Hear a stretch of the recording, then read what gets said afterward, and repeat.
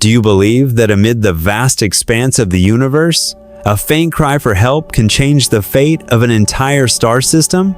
A signal from 2,000 light-years away drove Earth's Deathworlder's fleet into the heart of the Voraxian plasma storm. But as the battle unfolds, the dark conspiracy of Nexus is laid bare. Prepare for a journey of action, politics, and intrigue.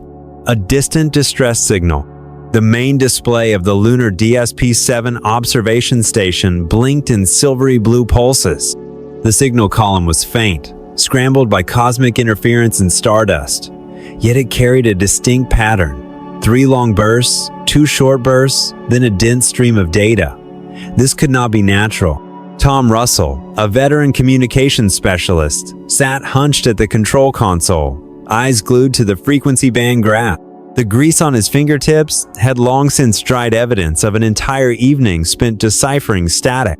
"Ma'am, this signal, it matches the interstellar emergency protocol. Universal distress call," he whispered, his voice hoarse. He had studied the theory, but never imagined he'd intercept a live transmission from 2,000 light-years away. Director Lane entered, her face cold beneath the harsh fluorescent lights. She leaned in, tapping the dusty glass of the screen. "It's 300 hours standard time, correct? There's no mistaken time, stamp, or frequency. Alert UEF command at once." Tom nodded and initiated the decryption sequence. The fragmented data contained characters and dialect codes from an alien civilization. Each packet was truncated, corrupted by gamma-ray bursts. But as Tom and his team stitched the pieces together, a simple, chilling message emerged. "Under attack. Civilization facing extinction. Help us." Alarms shrieked throughout the station, striking every ear like thunder on a clear day. Lane inhaled sharply, lips pressed in a thin line. "This isn't just another transmission, Tom. We've crossed the Moon-Earth threshold. Someone out there needs us, and they're not joking." Within 10 minutes, the decoded files were encrypted, packaged, and beam sent directly to the United Earth Federation's command fleet. The UHF uplink jumped frequencies to Alpha priority, beaming all raw data to the UEF command base in the Epsilon Eridani system. When Tom dispatched the final packet, he rubbed his weary eyes and noticed a new crease forming at the corner. In the boundless expanse where Earth's light was but a pinpoint, that urgent call echoed like an eternal plea. Even if it took decades for a warship to arrive, the mission had become clear. Whatever had befallen the Laurathy civilization, they stood on the brink of annihilation in Earth, despite being half a galaxy away, could not turn away. 2 hours later, Tom and Lane entered the reinforced glass conference chamber of DSP-7. Their face etched with worry and resolve reflected on the hollow chart spinning in mid-air, pinpointing the source at the Cygnus arm, near the far rim of the Milky Way. "There's evidence of hostile vessels operating just outside the Laurathy system," Tom explained. "Our energy sensors trace their weapon discharges across the central planet's orbit." Lane said nothing, simply nodded, then led Tom to another console linked directly into Earth's FTL relay network. "Send them every detail. Mark this UEF priority, Alpha. Have the fleet ready to depart in 48 hours. On the screen, the red dot of Cygnus arm pulsed ominously. 2,000 light-years, that vast gulf, seemed insignificant in the face of necessity. As Lane keyed in her final authorization to launch the campaign, Tom gazed out at the star-strewn void beyond the window. "Anyone could be out there.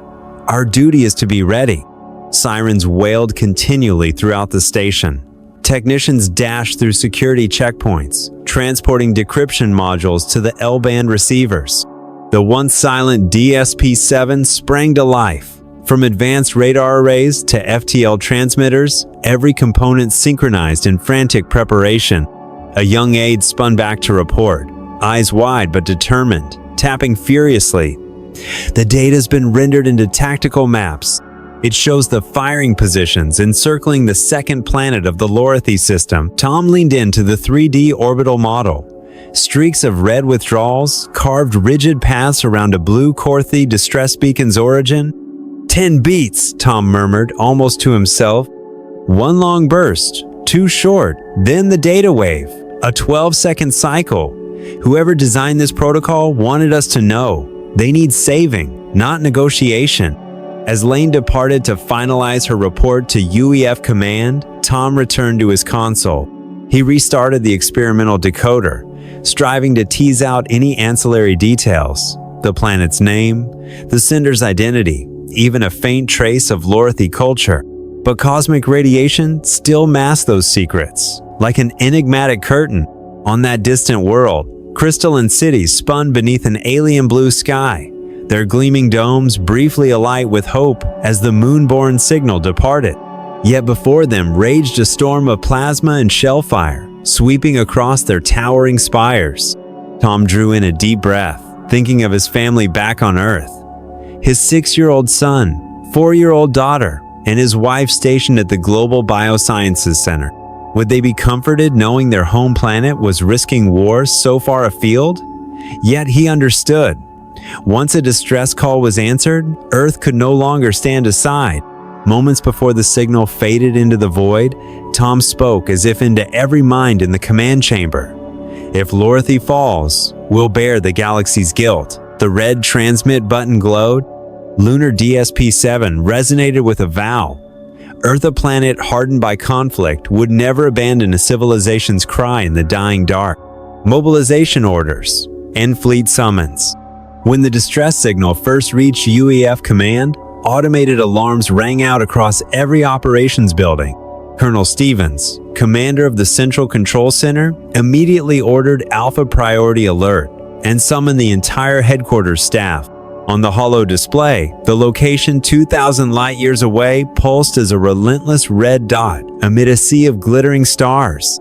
Rapid decryption readouts pinpointed the source in the Cygnus system, where the Laurathy worlds teetered on the brink of annihilation. A flood of mixed data orbital maps, weapon energy analyses, and the alien protocol schema materialized simultaneously. Stevens raised his head, eyes gleaming as he barked to his aide. Immediate all-hands mobilization report directly to Admiral Walker. This order not only activated the Earth Alliance fleet, but also mandated that the entire Reserve Command prepare for combat. All interstellar communication lines were rerouted and secured to ensure no critical intelligence slipped through the cracks. Meanwhile, Captain James Walker was finishing his daily sprint up the internal stairwell, a heart rate monitor strapped tightly around his wrist. The biotracker indicated he had just completed 5 full circuits, maintaining peak physical condition. A subtle vibration from the comm badge at his collar signaled a new priority transmission. "Walker here, go ahead."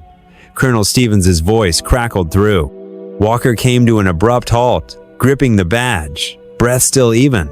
"Report," he acknowledged.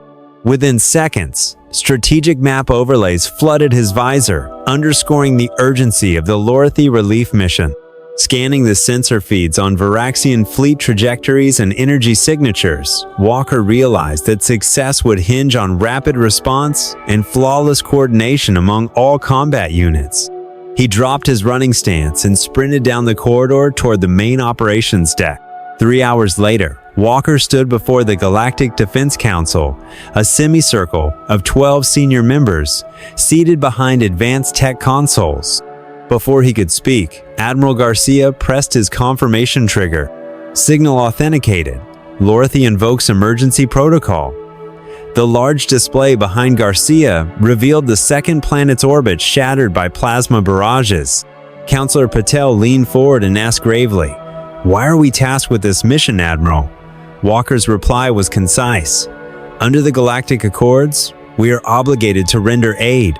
There can be no hesitation." He continued, "Declining would tarnish Earth's standing within the Alliance." A chorus of objections arose. Some members voiced concerns over protracted conflict and astronomical costs. But Patel fixed Walker with a steely gaze. "As Deathworlders, we must uphold both responsibility and strength." After a brisk debate, Garcia initiated the Fleet Reaction Chain Operation Iron Shield. 5 of the most advanced capital ships, led by the legendary Intrepid, were designated first-wave assets, primed to engage FTL drive within 48 hours. Seeker missiles, high-velocity patrol craft, and the spaceborne Rotor Wing Unit 21 were ordered to load out. Covert reconnaissance detachments assembled with holographic infiltration gear and simulated comm jammers to disrupt Voraxian signals. Walker oversaw the preliminary tests of navigation arrays, fusion thrusters, and quantum-link comm channels. He instructed each squadron commander to certify both maneuverability and stealth against Voraxian sensor sweeps. Every officer aboard Intrepid understood the mission's critical nature. They exchanged solemn looks of resolve rather than words. In the mission planning theater, Commander Hart and Dr. Weber flanked Walker, poring over orbital schematics and enemy trajectory plots. Hart frowned, pointing at a comparative graph. Laurathy possesses FTL capability, but lacks heavy armaments. We must deliver overwhelming firepower. Weber's tone was cautious. They're vulnerable, but this fledgling civilization could hold the key to new FTL efficiencies. Walker nodded thoughtfully. Our doctrine is clear protect Laurathy while leveraging Deathworlder's superiority. Together they sketched the campaign blueprint, mapping approach vectors, breakout points, and weak spots in the Voraxian formation. Pilots rehearsed evasive maneuvers in the VR simulator, practicing responses to sudden plasma volleys. The hum of keyboards and clipped orders filled the chamber as every tactical element crystallized. Deep within Intrepid's weapons bay, ordnance officers inspected plasma turrets, phase warhead missiles, and delayed ion shells. Technicians' hands shook slightly as they installed shield emitter patches guaranteed to absorb first-strike barrages. Nearby, the recon team calibrated handheld signal sniffers, fine-tuning extreme frequency receivers for battlefield eavesdropping. Walker traversed the deck, offering words of encouragement. Remember, by answering Laurathy's call, we honor Earth's pledge to the galaxy. The crew saluted in unison, a ritual steeped in Deathworlder tradition, then dove back into preparations with unwavering fervor. Every drop of sweat and every racing heartbeat reflected their collective resolve to defend not only a nascent civilization, but humanity's reputation across the stars. As the countdown to FTL readiness ticked down, the fleet's purpose became clear: to surge through the void and stand as bastions of hope. From the holoscreens in UEF Command to the steel corridors of Intrepid, Earth's might coalesced into a single directive: reach Laurathy before extinction's shadow fell. The drums of mobilization echoed through every deck, every bay, and every mind. Tomorrow, they would cross 2,000 light-years of darkness, heralding the iron shield of mankind. Voyage across 2,000 light-years. The UEF Intrepid departed Earth orbit under the sun's blazing light, thrusting its fusion engines to combat power. The flight crew donned pressure suits, faces gleaming with a mixture of steely resolve and tense anticipation. When the command "Engage FTL Drive" crackled over the comms, a ribbon of cerulean light arced across the observation viewport, signifying entry into superluminal space. In that instant, the world they knew dissolved into streaks of brilliance stretching into infinity. In the main corridor, Captain Walker stood before the composite window, watching the FTL fields warp spacetime and elongate distant stars into luminous trails. His knuckles whitened around the handrail as the ship's hum throbbed beneath Hymeach pulse, a reminder of the unknown hazards ahead. Beside him, Commander Hart murmured, "About 1.8 years subjective time for us, but 2,000 years from an external vantage."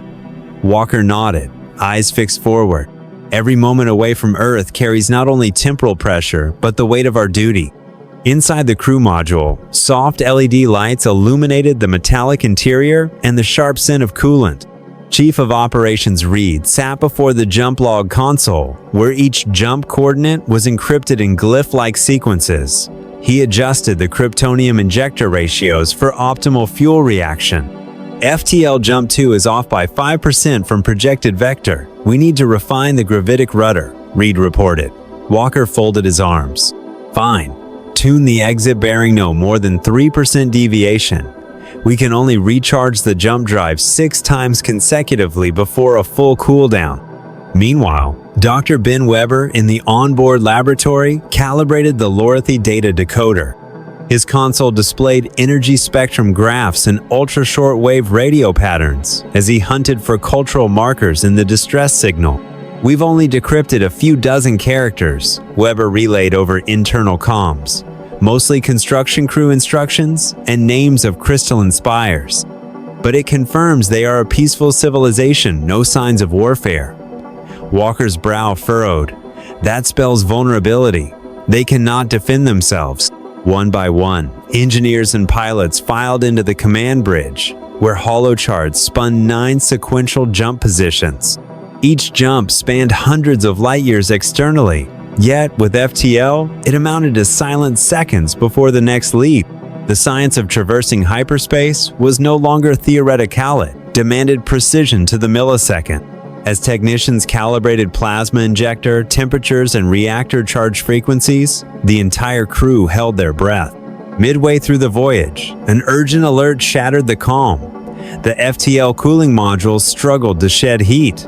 A flashing red warning lit up the bridge, indicating imminent system overload. Without hesitation, Walker ordered, "Abort, jump!" The ship shuddered violently. Some officers stumbled under the G-forces. Emergency lights snapped on in the dimmed corridors. Lead engineer Morgan raced to the module cluster and applied a rapid patch script, rerouting excess heat to auxiliary radiators. Working in concert with Reed, they redistributed power flows to the secondary coolant loop. Within minutes, system temperatures stabilized. Thermal parameters nominal, Morgan reported, voice resolute despite exhaustion. Walker exhaled. "Proceed. We can't afford any more jump failures." Back in FTL, the view returned to prismatic streaks of lavender-tinged blue. The bridge fell into hushed focus, save for the soft pulse of life sign monitors. Hart noted, "Each jump consumes roughly 12% of main reactor output. With 9 jumps, we'll still retain about 10% reserve." Walker scanned the moving star field on the nav display. "Maintain absolute efficiency, no risky shortcuts. We have 36 hours tops before the Voraxians can redeploy." In the quiet void between lightspeed jumps, the crew transitioned to assault preparations. Pilots drilled sudden scatter formation protocols in the hollow sim bay fanning, out to minimize the impact of concentrated fire. Training feeds showed unmanned drone craft mimicking Voraxian strike patterns, weaving laser salvos, ramming plasma bursts, then counterattacking with ion disruptors. Every tactic was tested and cataloged for rapid deployment upon system arrival. Walker remained at the command throne, the glow of indicator lights playing across his determined expression. A final system bulletin chimed, "FTL Jump 9 complete in T-20 minutes." As the engines wound down, he looked to the artificial star field, collapsing back into fixed-point signaling their emergence at the Laurathy system's threshold. Hearts quickened throughout the bridge. Their destination lay just beyond the luminous veil. With FTL drive offline, Intrepid transitioned to combat readiness. The holochart refocused to reveal 5 planets, numerous satellites, and fragments of shattered stations, grim testaments to the initial assault. Walker rose to his full height, eyes ablaze. The 2,000 light-year voyage is over. Now begins the real fight. A ripple of applause and the sharp click of salutes swept the command deck, each gesture echoing the crew's unwavering resolve. Together, they stood poised on the brink of history, ready to bring Earth's iron shield to the beleaguered Laurathy worlds. The journey had been harrowing, but the mission was only just beginning. Approaching the Laurathy system and the plea for aid, the Intrepid, accompanied by 4 escort vessels, dropped out of FTL into the real space of the Laurathy system. The holochart display rotated slowly, revealing 5 planets, a network of shattered satellites, and countless fragments of armor plating, indelible proof of the Voraxian onslaught. Warning, lights emerald and crimson pulsed on the command console, indicating severe energy field disturbances, but any anxiety was swiftly eclipsed by their primary objective, to save the Laurathy civilization from the continuing plasma storm. Captain Walker stood at the center of the bridge, his gaze steady. He signaled to Commander Hart for an update. Second escort is irradiated by residual plasma, 7,000 kilometers from Laurathy's orbit. What about our position? Hart looked up, voice calm yet firm. We are 12,000 kilometers from the second planet's orbit and still within the discharge field. Laurathy's comm beacons have stabilized. They're broadcasting SOS bursts on loop. Walker nodded and spoke into the ship-wide intercom. Prepare to open a secure channel with first speaker Alera. I want her on screen the moment we lock signal. In the comms bay, Lieutenant Owen manipulated the signal correction console, meticulously editing packet headers to eliminate residual noise. The corridor glowed with pale blue LED light from the FTL backup modules. Owen squinted at the readouts. Signal lock established. Packet confirms identity. First speaker Alera, broadcasting from the government satellite compound. Video link ready to engage. He pressed the activation switch. The main monitor went dark for 3 seconds before flickering into life with Alara's likeness. Captain Walker? Her voice rang out in that sudden silence, her crystalline skin shifting in hues of hopeful green and anxious violet.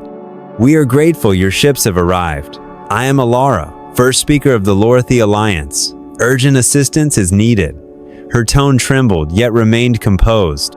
Hart jotted down her color change seat shade shift, a subtle emotional dialect unique to her people. Walker offered a reassuring smile. First speaker Alara, the Earth fleet has come to aid you. We've received your distress protocol and are positioning in orbit to protect your crystalline cities. He pointed to the holo map. Can you summarize your current defensive posture and resource capacity? Alara inhaled and replied in a steady cadence. We have 2 operational orbital shield-storing crystal nodes networked into an energy lattice. Sustained plasma barrages have drained power to 25%. If the Voraxians do not withdraw, our city foundations will collapse within 6 hours. Walker's expression hardened. We will link our power grid with your defense lattice to amplify output. Prepare for immediate synchronization. Without delay, the escort vessels maneuvered into a crescent formation around the second planet's orbit. The Intrepid broadcast the Laurathy lattice schematic onto its holo display. 2 principal conduits and 4 auxiliary relay nodes. Dr. Weber rushed over, tracing the connection points. If we modulate at 12 gigahertz, we can feed additional energy directly into the crystal network, but we must calibrate carefully to prevent a sudden surge. Walker nodded, voice firm. Execute now. Hart, coordinate with Weber. Owen, configure the comm channels to shield against FTL frequency bleed. In the engineering compartment, Chief Engineer Morgan and Operations Chief Reed worked in tandem. Morgan tweaked the energy couplers, aligning the ship's power output with the Laurathy grid's resonance. Through the reinforced viewport, the convoy's lights reflected off distant crystalline satellite seed shard, flickering under the assault's afterglow. Reed peered through the tactical scope. Relay Tower 1 failed after 3 plasma strikes. Tower 2 is oscillating across its frequency band. He glanced at Morgan, urgency in his eyes. That massive crystal spire just absorbed 4 more hits. If we don't boost the link now, it will shatter. Morgan's fingers flew across the interface as she dialed output up by 15%. Power link established, Morgan announced, voice steady despite the tension. A soft electronic chime confirmed success, and the console lights shifted to a vibrant green. On the holo chart, the Laurathy crystal pylons blazed anew, generating a shockwave of protective energy that fractured and absorbed incoming plasma into harmless violet arcs. Walker allowed himself a curt nod. Excellent. That grants them an additional 40 minutes to restore their surface defenses. Alara reappeared on the comm screen, her complexion now radiant with a warm gold hue. We are deeply indebted. You have saved countless lives across our alliance. Her voice trembled with relief. Walker inclined his head gravely. We came because it is our duty. Now, please tell us, which sectors hold the largest concentrations of civilians? We must prioritize their evacuation. She brought up a holographic overlay of the Crystal City. red zones marking the most devastated districts. We have 7 main districts, but Nexus Plaza at the center holds the bulk of our population. Walker logged the coordinates. We will station our forces above the plaza's orbit and deploy rescue shuttles immediately. Almost simultaneously, Voraxian vessels reappeared on Sensor Sto flotillas, repositioning for a counterstrike. Walker checked the tactical countdown. 39 minutes until the next plasma cascade. He turned to Hart. We launch a dual-pronged operation. Task Force 1 to neutralize their plasma platforms. Task Force 2 to extract civilians via shuttles. Hart's reply was swift. Underway. Rescue shuttles are priming radiation-dampening modules. In that instant, Intrepid and its escorts formed a protective halo around Nexus Plaza's orbit.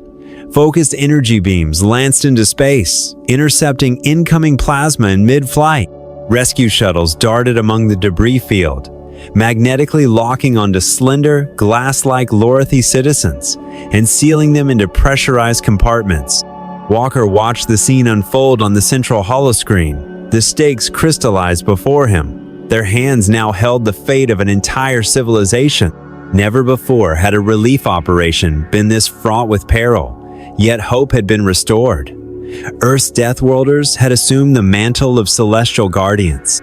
As the first group of shuttles slipped from orbit with their precious cargo, Walker allowed himself a brief, weary breath. The initial phase of the mission had succeeded, but the real battle against the Voraxian fleet was only beginning. Opening strike, battle in orbit. The first explosion tore through the silent vacuum like thunder as Laurathy's orbital fortress Siege, anchored to colossal crystal pylons woven into the planetary defense grid, simultaneously unleashed searing violet laser beams. The holocharts erupted in streaks of light as the concentrated beams sliced through the lingering plasma haze generated by the Voraxian bombardment. Captain Walker held his breath, watching the tactical display. Direct hit. Turret Array 3 is offline, he announced. Lieutenant Owen's voice crackled with excitement tempered by tension. Arrays 4 and 5 are destabilizing, ready to launch the second volley.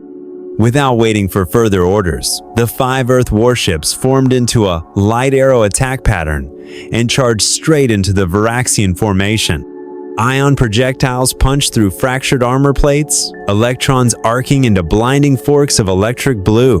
Intrepid and Intrepidus executed synchronized maneuvers, evading return fire while delivering punishing salvos. Each hull bore the emblem, Earth Deathworlders, a stark reminder of their ruthless homeworld pedigree. Walker's command cut through the comm chatter. Maintain scatter formation disperse to avoid focused fire. The ships fanned out, each vessel targeting weak points in the Voraxian shields, exploiting the enemy's relative sluggishness.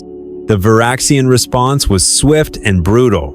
Chains of emerald green laser bolts and high-yield plasma bursts raked the Earth fleet's shields, causing ships to rock under the assault. Commander Hart strained over the shield emitter console. Shields dropping to 35% engage emergency power reroute. Divert energy from secondary capacitors to maintain at least 65% integrity. Warning lights flashed as overloaded shields threatened collapse. Yet the engineering teams sprang into action. Auxiliary heat dissipation modules engaged, venting excess energy into the void and stabilizing the barriers. Walker gave a curt nod over the comms. Good work. Keep the initiative. While the capital ships traded volleys, stealth reconnaissance shuttles slipped between the fleets. Cloaked against radar, they deployed palm-sized seeker drones programmed to latch onto Voraxian flagships. The tiny craft skittered across enemy hulls, transmitting real-time structural scans. Lieutenant Reed studied the tactical overlay and smiled grimly. Drones locked on flagship's hull grid. Offset fire solution by 2 degrees to strike the left emplacements and cripple their emitter arrays. He pressed his tablet, and the drones launched in unison, buzzing into the incoming fire at breakneck speed. A daunting challenge emerged. The enemy flagship's adaptive defense module, self-regulating energy shield, escalated to 150% capacity under sustained attack, then collapsed to recharge in 10-second intervals. Walker seized the opportunity. "Deploy bait and switch," he ordered. Two nimble escort corvettes peeled away, brazenly drawing the flagship's focus and triggering its overcharged cycle. As the Voraxian shield flared and began its cooldown phase, Intrepid and Intrepidus slipped behind the wreckage debris, concealed from enemy sensors. For a fleeting moment, the flagship's weapons went silent. At that precise instant, engineers Morgan and Reed re-established drone uplinks and pinpointed the thermodynamic vent behind the main reactor. Their voices overlapped in the comm feed. "Identified hull breach point rear exhaust manifold," Morgan reported. "Prepare plasma pulse volley and EMP on burst," Reed added. Walker's tone was resolute. "All batteries, concentrate fire on that vent. Charge the ion EMP." The main cannons roared as a dense blue-green pulse slammed into the exposed hull section, sending ripples across the metal plating and knocking the flagship systems offline. The bridge erupted in white-hot brilliance as the Voraxian flagship shields collapsed, exposing its brittle armor. Reed urged over the comms, "Second wave drones inbound ready for breach." As the shield fractured, dozens of drones swarmed the hull, embedding explosive microcharges and hacking into the control circuits. The flagship's reactor flares signaled imminent overload, then detonated in a spectacular bloom of fire and shrapnel plasma arcs, dancing like cosmic fireworks. Walker allowed himself a faint, satisfied grin. "Flagship neutralized. Excellent execution." A haunting klaxon signaled the enemy's retreat as surviving Voraxian cruisers attempted to flee the carnage. Walker seized command. "Pursue in hit-and-run style short salvos, then fall back. Lead them into our previously deployed minefield." Intrepidus and Intrepid Bay clove through the remnants of the enemy squadron, shepherding them into the gauntlet of automated seafloor mini-siege explosion, further decimating the fleeing warships. Within minutes, the voracious din of battle dimmed to distant echoes, and the sector fell eerily quiet. The orbital engagement had concluded in resounding success. Walker slumped into the command chair, exhaling deeply. Damage reports flashed on the display. 23 Voraxian vessels destroyed or captured, all critical crystal pylons intact, and civilian habitats secured against further plasma strikes. He turned to Hart, Dr. Weber, and Reed. "Today we proved the mettle of Earth's Death Worlders, but this was merely the opening gambit. Prepare Surface Assault Team Sour next move is the heart of Voraxian command." Their eyes met his with shared determination, each mind steeled for the looming surface strike that would decide the fate of the Laurathy civilization. Raid on the Voraxian flagship. The shuttle bays of Intrepid blared alarms as Captain Walker's voice cut through the comms. "Deploy boarding teams." 20 armored, stealth-cloaked shuttles rumbled forward on magnetic tracks, then shot into the Voidier craft's blue concealment lights, flickering alive as they slipped into the debris field. On the bridge, Walker, Hart, and Reed watched intently on the holo display. The Voraxian flagship loomed ahead like a mobile fortress. Turret emplacements rotating under ominous red glows, a testament to its heightened vigilance.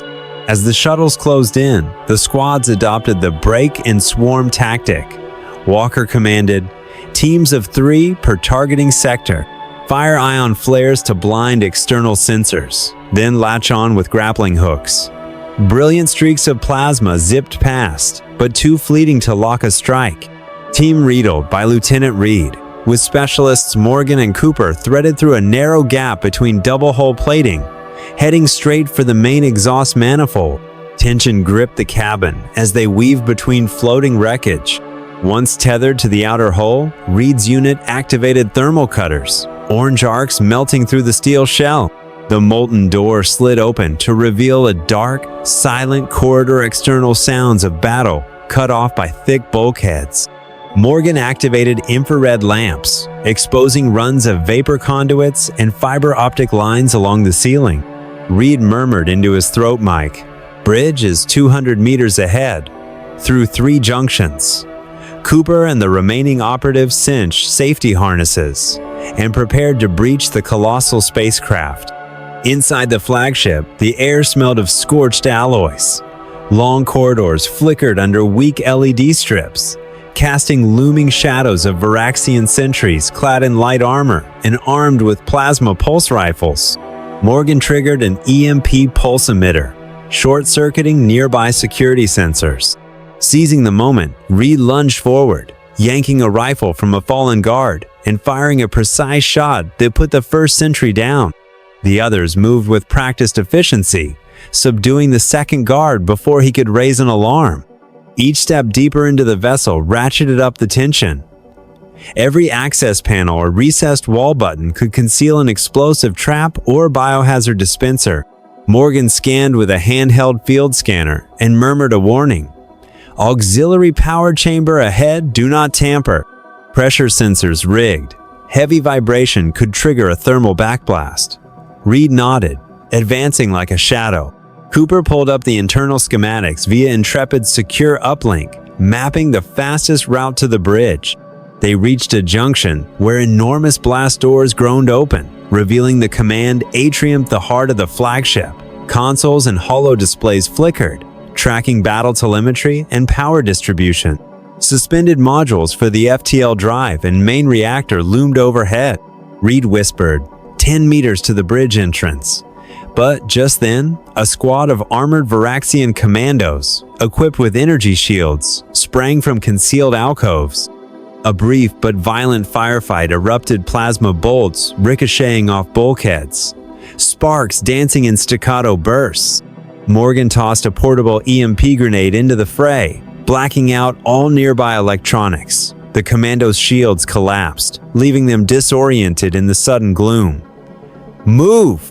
Reed barked, and the boarding party surged forward, combining martial arts strikes with pistol fire. Powerful blows and grappling maneuvers subdued the remaining guards in seconds. The steel blast door to the bridge clicked open under Cooper's override, granting them entry. On the bridge stood the Voraxian commander, a stern figure with deep violet scales and puffy, war-torn eyes. He lunged for the console's response panel to call for reinforcements, but Morgan's rapid keystrokes severed the data lines. Reed leveled his weapon at the commander's chest. "Stand down, or we'll take this ship by force," he ordered. The commander snarled, "Mortal intruders!" His voice crackled with indignation, but his troops lay incapacitated, and his energy cuirass flickered from the earlier EMP. Morgan placed a data capture terminal on the central control desk. "Your words are being recorded. Confirm whether orders to attack Laurathy originated from the Galactic Council or the Nexus High Command," she demanded. The commander hesitated, jaw clenched before hissing, "I follow direct orders. From my superiors. Not by my own will." Reed exchanged a look with Morgantha's confession, provided the crucial link to uncover the conspiracy behind the assault. Once the digital proof had been secured, Walker's voice crackled over the tactical net. "Extraction teams, move in." Intrepid Marines stormed through the hatch, securing the bridge and escorting the captive commander into restraints. Cooper activated beacon uplinks, guiding support drones to the bridge location. Within 30 seconds, the flagship's helm fell under Earth Alliance control. The commander's cuirass powered down as Morgan's override completed, nullifying his ability to retaliate.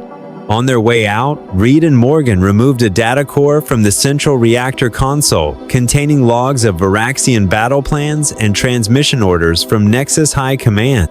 Cooper confirmed receipt. "We have all we need to expose the plot." As their shuttle disengaged, the flagship's reactor chambers ignited with plasma exhausta, final warning flare against the dark backdrop of space. But Team Reed returned safely to Intrepid, data in hand. Back on the bridge, Walker received the commander and decrypted logs. "Excellent work," he praised. "We have not only seized the enemy vessel, but uncovered the directive orchestrating the Laurathy strike." Around him, the boarding party stood with proud, determined expressions ready to marshal the evidence that would rally the galactic community against those who had unleashed war on an innocent civilization. The real political battle had now begun. Diplomatic crisis in the Galactic Council. The moment the Voraxian flagship fell under Intrepid's boarding team's control, Captain Walker received new orders from Admiral Garcia. Prepare for an emergency session of the Galactic Defense Council. The atmosphere on the bridge turned suddenly grave. The soldiers who had just endured the high-stakes raid now faced a new battlefield, the arena of diplomacy. Walker strode into the Grand Conference Chamber, where 12 council members sat arrayed around a U-shaped table of steel and glass. Cold white lights gleamed off their stern faces. At the head of the table, Admiral Garcia rapped her knuckles on the surface, signaling the start. "We have secured military dominance in the Laurathy system," she announced. But the diplomatic fallout is more severe than anticipated. Behind her, a holoscreen flashed with intelligence reports. First Speaker Alara's debrief, Commander Krell's confession, and an urgent communique from Ambassador Trell of the Nexus High Command. Senator Monroe, Council Chair, furrowed his brow. "We have breached the non-intervention clause of the Galactic Accords by detaining a high-ranking Voraxian official without explicit approval. The Council may sanction us for unilateral action." He turned to Walker. "Captain, explain why you launched an assault without a formal mandate?" Walker drew in a steadying breath and rose to address the chamber. His voice was firm. "Senator Monroe, we received an authenticated priority alpha distress signal from a civilization facing total annihilation. Article 42 of the Galactic Accords stipulates that any verified emergency call must be met with immediate and safe intervention prior to Council ratification. Laurathy was being destroyed. A delay to await bureaucratic consent would have cost billions of lives. Our sole objective was to preserve life." A murmur rippled through the room. Admiral Castillo, the military delegate, nodded in agreement. "I concur. Administrative delays equate to planetary genocide." We could not await final sign-off. But Ambassador Nguyen, the diplomatic representative, interjected sharply. "Can we negotiate with the Nexus High Command to avoid isolation? They will resent our detaining of a top Voraxian official absent incontrovertible evidence." Walker closed his eyes momentarily, recalling Krell's incriminating testimony. "We possess unequivocal proof. The Nexus command logs reveal that the Voraxians acted under orders from a third party. They did not initiate this conflict of their own volition. If I submit these documents to the Council, we not only defend Laurathy, but expose the dark conspiracy behind this war." Senator Monroe's frown deepened. "Is this evidence admissible? Even if authenticated, we must establish a legal foundation for its public disclosure. Without proper protocol, we risk allegations of falsified intelligence." Walker signaled to Lieutenant Owen, who transmitted a quantum-secure data package to the chair's console. The holo display flickered to life with encrypted files, command directives from Nexus, resource transfer coordinates for Laurathy, and the identities of high-ranking Nexus delegates. Every packet was time-stamped and digitally signed. The tenor of the chamber shifted. Ambassador Nguyen's eyes widened in astonishment. If Nexus is truly behind this conflict, then the Galactic Council itself has been manipulated all along. A new figure materialized on the left-hand holo, Viewport Ambassador Trell, speaking from the Nexus delegation. His expression was grave. "The Galactic Council repudiates any clandestine agenda. Should this evidence hold, we will convene an extraordinary session at once." The room erupted, suspicions supplanting the earlier chill of formality. On the right-hand side, First Speaker Alara appeared as a holographic presence. Her crystalline skin glowed as it shifted from anxious teal to resolute violet. "If Earth does not unveil the truth, we stand to lose everything. We traded our lives to trust the Council's justice." Her words carried an emotional weight that silenced the remaining skeptics. The debate entered its decisive phase as Senator Monroe called for a vote. "Shall we forward this evidence to the Galactic Council and propose an immediate restructuring of its oversight?" A clear majority raised their hands in favor. Only a handful, including the Voraxian representative, bound in secure detention, remained opposed or silent, hinting at an internal bloc still loyal to the obscure powers behind Nexus. Instantly, Earth's intelligence division was ordered to widen its probe into Nexus, auditing financial networks, tracking resource shipments, and mapping clandestine communications among federal alliances. Simultaneously, Walker was tasked with preparing the evidentiary dossier for presentation to the full council within 24 hours. Operation Iron Shield had evolved from a military campaign into a mission to unmask a cosmic conspiracy and recalibrate power across the galaxy. As the session adjourned, Walker exited into the corridor, deep in thought.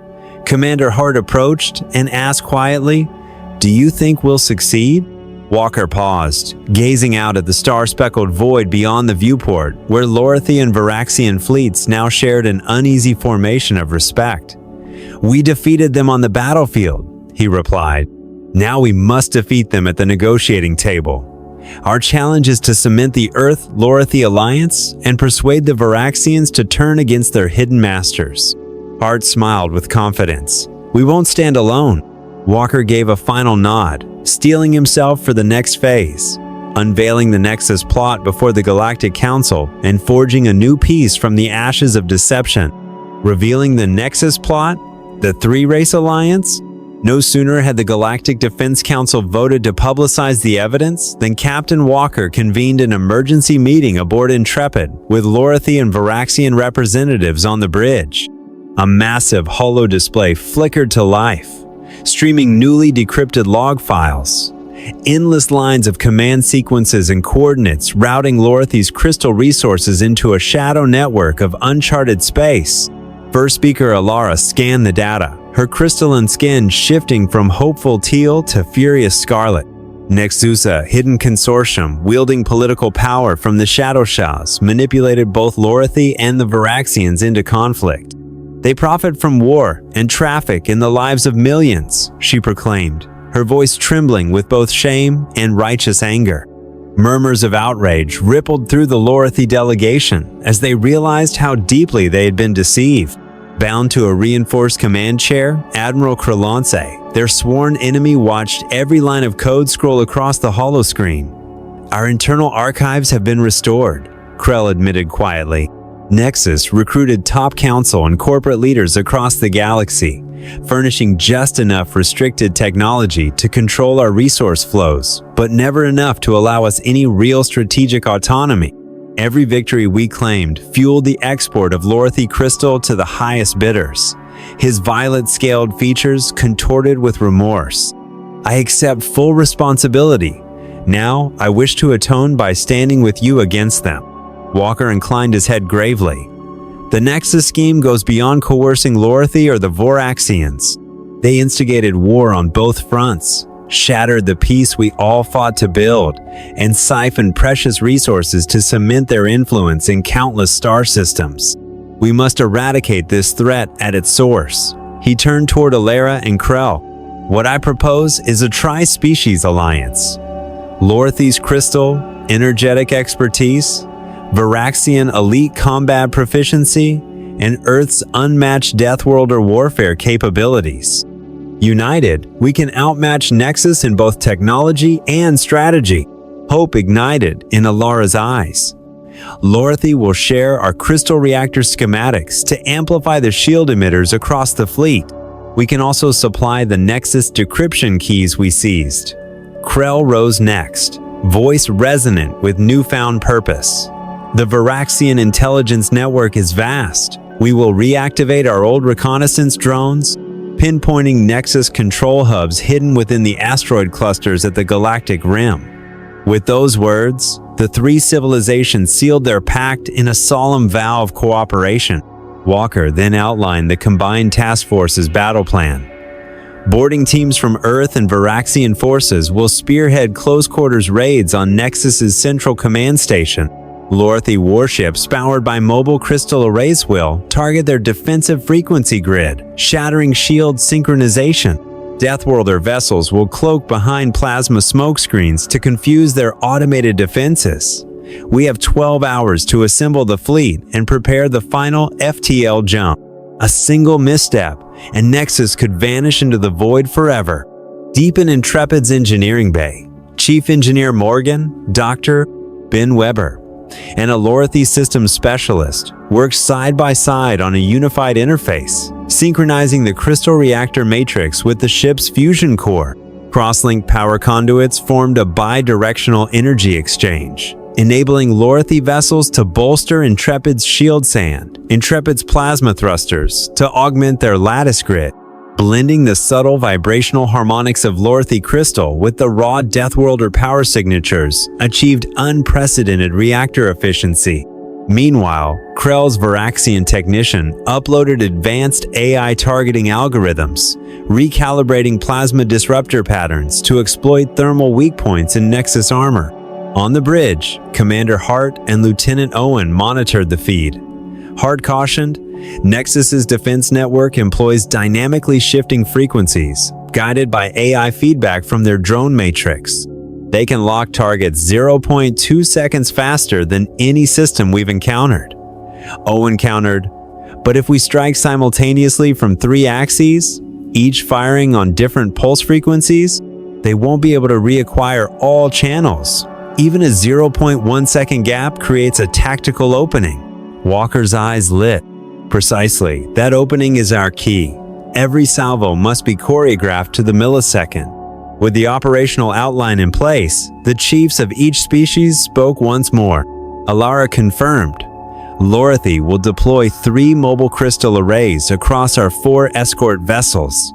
They will act as temporary beacon amplifiers, drawing Nexus fire away from the boarding shuttles. Krell added, Voraxian units will reactivate surveillance drones and initiate electronic jamming to blind their sensor nodes. Walker concluded, Intrepid and Intrepidus will take point, serving as decoy targets under our Phantom Shield, protocol transferring our shield outputs to the flanks. When Nexus concentrates its fire, Laurathy and Voraxian forces will strike with full force. Before dismissing the assembly, Walker addressed the triad of commanders in a voice that resonated across the bridge. Today, we cease to be adversaries. We become the Tri-Species Alliance, a beacon of unity against those who would exploit our differences for profit. If Nexus believed they could manipulate us into chaos, they have gravely underestimated our resolve. Tomorrow, we will end this conspiracy once and for all. Alara, Krell, and Walker joined hands in a gesture of solidarity, a triumph of cooperation etched into history. The droning hum of the ship's FTL drives rose as the jump coordinates locked in. All across the fleet, thrusters flared in unison, engines primed for the final leap. The void outside fell into silence, awaiting the moment when the Tri-Species Alliance would surge through hyperspace, converging on Nexus's hidden stronghold to restore peace to the galaxy. A new peace and the Tri-Species Treaty. The Tri-Species Alliance Earth, Laurathy, and the Voraxian Chad endured over a week of fierce combat and delicate negotiations. Now, Intrepid drifted in silent orbit above Laurathy's crystalline spires. The pale dawn caressed the city, casting a soft yellow glow through the glass towers that danced across the hull of the ship. Captain Walker stepped onto the observation balcony of Unity Station, the newly completed Joint Command Outpost, and beheld a rare sight. 3 banners snapping in the thin vacuum, the Earth emblem, Laurathy's crystal sigil, and the Voraxian crest fluttering side by side. Commander Hart joined him, offering a steaming cup of Laurathy tea, its aroma sweet with mineral undertones. Hard to believe that only days ago we were trading laser volleys with their ships, she murmured. Walker smiled, breathing deeply the crisp, recycled air. Precisely why today matters. The line between foe and friend is only as wide as a courageous choice and a single act of goodwill. Below them, Unity Hall gleamed with warming lights. Delegates from each world filed in, wearing their formal ceremonial attire. First Speaker Alara descended the central aisle in a dress woven from light-reflective crystal threads, her skin flickering in metallic hues. Behind her, Admiral Krell, now clad in a streamlined Voraxian uniform, less ornate but charged with new purpose, marched forward. Finally, Walker strode onto the dais, face composed yet radiant, aware this was the pinnacle of his career. Alara opened the ceremony, her resonant voice echoing through the chamber. 1 month ago, Laurathy stood on the brink of extinction. We believed our cries vanished into the void. Yet today, 3 races stand united to defend life and justice. We honor Earth and the Voraxians for believing in us and walking this path of solidarity. A thunderous ovation followed, reverberating off glass walls like chimes of hope. Admiral Krell took the podium next, his tone both solemn and resolute. The Voraxians strayed down a path of ambition, disregarding the sanctity of life. Under the guise of power and prosperity, we became pawns of Nexus, sowing suffering across star system. Today, I speak not as a captive commander, but as one seeking redemption. My people now stand ready to rebuild Laurathy's defenses and share the drones and technicians that once served dark ambitions. His words carried weight back by the mobilization of Voraxian engineers already working to restore shattered crystal pylon. Walker then advanced to the center, light dancing across his face from the crystal chandelier overhead.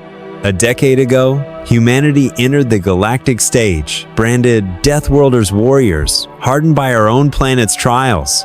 Many feared our arrival, but we are more than warriors. We are unwavering allies, ready to protect any call for help. Righteousness is not found in the strength of our arms, but in the actions we take. He raised a crystalline document bound in diamond glass, the Tri-Species Treaty. Its clauses were clear and profound. Mutual defense. Whenever one race faces an existential threat, the other 2 shall respond to the signal unity within 24 hours to render assistance. Technology sharing. Laurathy crystal engineering, Voraxian drone networks, and Earth Deathworlder tactical systems will be exchanged equitably for peaceful applications. Nexus oversight. All records pertaining to Nexus shall be declassified and published on an open-source galactic network to ensure perpetual transparency. Walker dipped his quill into a crystalline ink well and signed.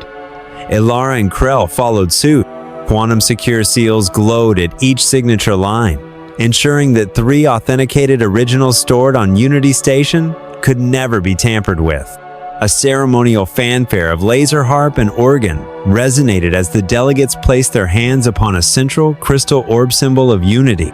Light pulsed outward in rippling waves, bathing the assembly in a gentle luminescence that affirmed their newfound bond. The formalities gave way to an interstellar banquet in the adjoining hall. Tables groaned under the weight of Laurathy's crystalline fruitits, pure sweetness balanced by exotic umami from grilled Voraxian sea beast fillets, seared over mini plasma spits. Earth-grown spiced root vegetables, dehydrated and flash-rehydrated tableside, offered a zesty counterpoint. Glass goblets brimmed with Laurathy, nutrient elixir, and laughter mingled with clinking crystalware as barriers fell away in convivial celebration. Outside the hall, Unity Station's corridor shimmered with activity. Laurathy engineers demonstrated their levitation platform prototypes to curious Voraxians and human technicians. Voraxian drone architects showcased AI navigational algorithms to astonished Earth scientists. Intrepid's crew organized guided tours, revealing how a former weapon bay had been converted into the Unity Hall's grand archivescent exhibit, chronicling the Alliance's formation. As the festivities waned, Elara announced plans for a Unity monument on Laurathy's grounda gleaming statue honoring Walker, Elara, and Krell as the founding architects of the new order. Cheers echoed, eyes glistening with the promise of a dawn unmarred by the shadow of Nexus. Walker placed a supportive hand on Elara's shoulder and then on Krell's armored arm. "Once enemies, now brothers in arms," he said softly. "Your world is our home as surely as ours is yours." They exchanged solemn nods beneath the glow of crystalline lanterns. When the ceremony concluded, Unity Station's viewport framed a cosmic tapestry ablaze, with shifting auroras planetary rings refracting starlight in a grand display. In that moment, the galaxy felt smaller, more connected, and infinitely richer. The Tri-Species Treaty, forged in conflict and cemented by mutual trust, would stand as the foundation of a golden age, a testament that even in the cold expanse, unity and hope can ignite a brighter future for all civilization.